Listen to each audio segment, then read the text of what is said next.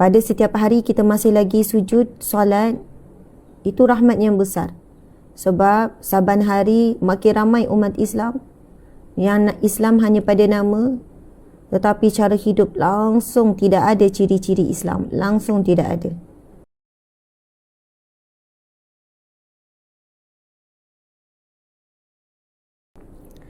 Subhanallah, alhamdulillah, muslimin muslimat dimati Allah sekalian. Alhamdulillah, sama-sama kita ucapkan kalimah alhamdulillah. Walau di mana anda berada saat ini, walau apa jua anda buat, marilah sama-sama lidah kita menyebutkan kalimah alhamdulillah. Alhamdulillah ya Allah, alhamdulillah. Alhamdulillah Allah masih hidupkan kita sampai saat ini. Alhamdulillah di atas segala ujian Allah yang telah mendekatkan kita kepada Allah. Di atas segala ujian Allah yang telah menjadikan kita hamba-Nya yang meminta dan bergantung kepada Allah.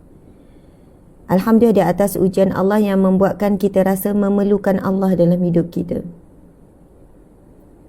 Alhamdulillah di atas segala ujian yang Allah berikan daripada sejak kita kecil sehingga saat ini. Dalam pelbagai bentuk ujian. Ada ujian yang datang daripada hasil daripada kesilapan, keputusan dan langkah kita sendiri, sikap kita, kecuaian dan lain-lain. Ada ujian yang datang daripada di luar kawalan, bukan daripada tindakan-tindakan kita yang salah dan sebagainya. Ada ujian yang datang dalam bentuk kesihatan, dalam bentuk harta, dalam bentuk perbuatan, perkataan, pelbagai bentuk ujian. Alhamdulillah, kerana di atas segala ujian yang Allah telah tetapkan, yang Allah telah berikan, Allah beri dalam kadar yang kita mampu hadapi. Ramai di kalangan kita termasuk saya, kadang-kadang bila ujian tu terlalu berat, kita akan sebut apa? Ujian ni berat sangat, saya tak mampu, saya tak kuat. Saya tak kuat ujian yang sebegini, saya tak mampu. Tetapi Allah Subhanahu Wa Taala telah pun berfirman di dalam Al-Quran, sebelum kita lahir lagi, sebelum ujian itu berlaku. Bismillahirrahmanirrahim. La yukallifullahu nafsan illa wus'aha. La yukallifullahu nafsan illa wus'aha. Tidak akan menimpa nafsan, tidak yukallifu, tidak akan menimpa, tidak akan dibebankan nafsan, setiap jiwa ataupun yang bernyawa ataupun fokusnya kepada manusia. La yukallifullahu nafsan illa wus'aha, kecuali mengikut kadar kemampuan, kadar kesanggupan. Jadi muslimin muslimat dimati Allah sekalian, dalam kita mengucapkan alhamdulillah, bersyukur di atas segala nikmat, bersyukur juga di atas segala ujian. Kerana di sebalik ujian ada rahmat. Apabila kita sabar, apabila kita redha, apabila kita meminta kepada yang pemberi ujian, iaitu Allah. Rahmatnya begitu luas. Rahmatnya begitu luas. Allahu Akbar. Dan barakah daripada sabar dan redha terhadap segala ujian yang Allah berikan. Rahmat itu tidak terjangkau dengan akal fikiran kita. Rahmat itu adalah laluan utama untuk kita mendapat belas ihsan Allah, untuk mendapatkan syurga Allah. Allahu Akbar, Allahu Akbar. Muslimin muslimat, pada saat ini kita masih lagi Islam, itu satu rahmat yang besar. Kerana pada setiap hari begitu ramai umat Islam yang murtad. Pada setiap hari kita masih lagi sujud solat, itu rahmat yang besar.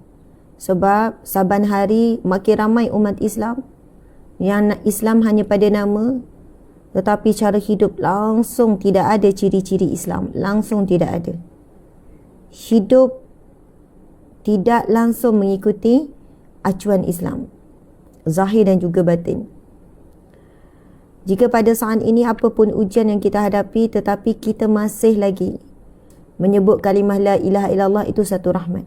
Kita masih kenal Allah, kita masih lagi berkumpul di majlis ilmu seumpama saat ini satu rahmat yang begitu besar. Sebab ramai manusia saat ini berkumpul atas jalan maksiat.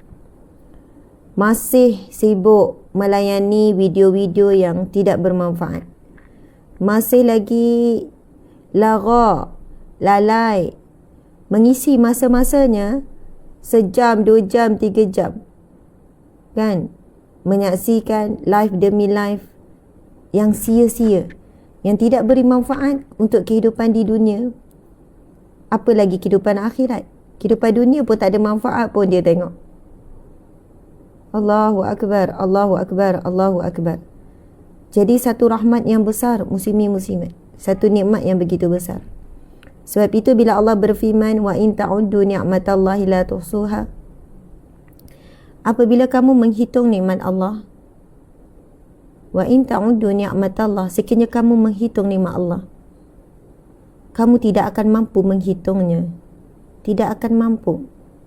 Muslimin-muslimat, dengan satu nikmat yang Allah berikan kepada kita, nikmat Islam, itu dah tiket besar untuk kita masuk syurga. Kemudian Allah beri kita nikmat mengucap kalimah syahadah, nikmat boleh baca Quran, nikmat boleh hadir majlis ilmu. Subhanallah, itu satu laluan yang besar ke syurga Allah. Apa lagi nikmat yang lebih besar jika Allah lorongkan kita berada di majlis ilmu? Sebagaimana sabda Nabi sallallahu alaihi wasallam, "Man salaka tariqan yaltamisu fihi ilman, sahalallahu lahu tariqan ila jannah." Barang siapa yang Allah permudahkan baginya, barang siapa yang melazimi ataupun menempuh perjalanan menuju ke majlis ilmu, sahalallahu lahu, Allah akan permudahkan baginya jalan-jalan tariqan ila jannah, jalan-jalan ke syurga. Muslimin-muslimat, apabila ada iklan, sponsored, FB dan sebagainya, tip-tips ataupun kursus-kursus, program-program untuk laluan berjaya, kaya raya, jutawan, sekian-sekian, ramai yang berpusu-pusu, lagi-lagi kalau percuma. Tetapi untuk kursus-kursus seumpama itu, laluan-laluan kejayaan dunia, orang sanggup bayar walaupun 1,000, 2,000, orang sanggup bayar walaupun 20,000, tuan-puan sekalian. Salah ke? Tak salah, selagi mana dia buat dengan cara yang betul, dia uruskan kekayaan dengan betul, dan tahu kepada siapa yang patut dia perhambakan diri. Bukan salah jadi kaya, yang salah adalah jadi hamba kekayaan. Dia lupa dia hamba Allah. Yang memberi kekayaan adalah Allah, ya Ghani ya Muni. Allah Maha Kaya dan memberikan kekayaan. Salah ke jadi masyhur, jadi glamour, jadi popular? Tak salah. Yang salah bila dia jadi hamba kepada populariti, hamba kepada kemasyhuran. Dia sanggup buat apa saja untuk kekal relevan, kekal popular, kekal masyhur. Dia sanggup buat apa saja untuk menarik perhatian. Dia jadi hamba. Dia jadi hamba kepada kemasyhuran. Dia lupa dia hamba Allah. Ada peraturan dia perlu ikut. Ada syariat yang mengikat. Salah ke ustazah nak jadi sador? Lelaki hari ni ramai gila-gila nak jadi sador. Dah sador, ujian pula asyik nak tunjuk kesadoran. Pakai baju kecil, pakai baju ketat, pakai singlet. Buat live, buat itu, buat ini, buat harian. Astaghfirullahalazim. Tuan-puan sekalian, saya tengok bila kadang-kadang tu iklan tu dia lalu bukan sengaja tengok sponsor lah apa kan. Astaghfirullahalazim.